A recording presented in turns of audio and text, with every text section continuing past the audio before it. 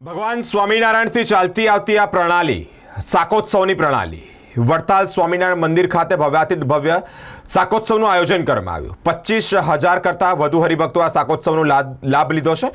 આચાર્ય રાકેશ પ્રસાદ મહારાજ દ્વારા પણ આશીર્વાદ આપવામાં આવ્યા છે। અનેક ભક્તો અહીંયા ઉપસ્થિત રહ્યા છે, સાથે જ પ્રસાદી પણ ગ્રહણ કરી છે। શ્રી સ્વામિનારાયણ સંપ્રદાયના તીર્થધામ વડતાલ ખાતે મહાશુદ્ધ પૂનમના બુધવારના રોજ દિવ્ય શાકોત્સવ ધામધૂમપૂર્વક ઉજવાયો, જેમાં 25,000થી વધુ હરિભક્તો શાકોત્સવનો પ્રસાદ ગ્રહણ કરી ધન્યતા અનુભવી છે। વડતાલ શ્રી લક્ષ્મીનારાયણ દેવ પીઠાધિપતિ આચાર્ય શ્રી રાકેશ પ્રસાદ મહારાજે શાકોત્સવના વ્યંજનોને ગુલાબ પાંદડી વધાવી પ્રસાદ પણ કર્યા છે। સાથે સાથે શાકોત્સવમાં સેવા આપનારા સેવકો, ભોજનાલયના કર્મચારીઓ વગેરે સેવા બદલ તેઓને બિરદાવ્યા પણ છે। દિવ્ય શાકોત્સવની માહિતી આપતા મંદિરના મુખ્ય કોઠારી ડોક્ટર સંત વલ્લભદાસજીએ જણાવ્યું છે કે ભગવાન શ્રી સ્વામિનારાયણ લોયાધામમાં સુરાખાચરના દરબારમાં 204 વર્ષ પૂર્વે 100 મણ રીંગણનું શાક બનાવ્યું હતું, જેમાં 12 મણ ઘીમાં વઘાર કર્યો અને પોતાના હાથે હરિભક્તોને રાજી કર્યા।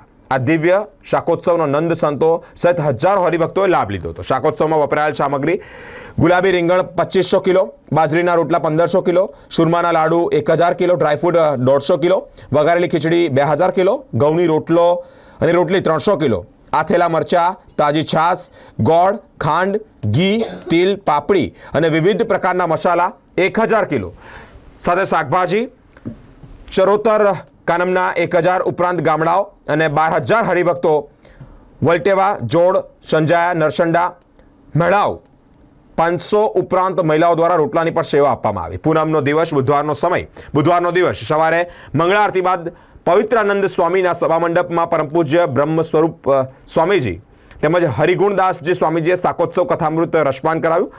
સત્સંગ સત્રના યજમાન બિપિનચંદ્રસિંહ પટેલ પણ ત્યાં ઉપસ્થિત હતા। સમગ્ર શાકોત્સવની વ્યવસ્થા શ્યામ વલ્લભદાસ સ્વામીજીએ સંભાળી હતી।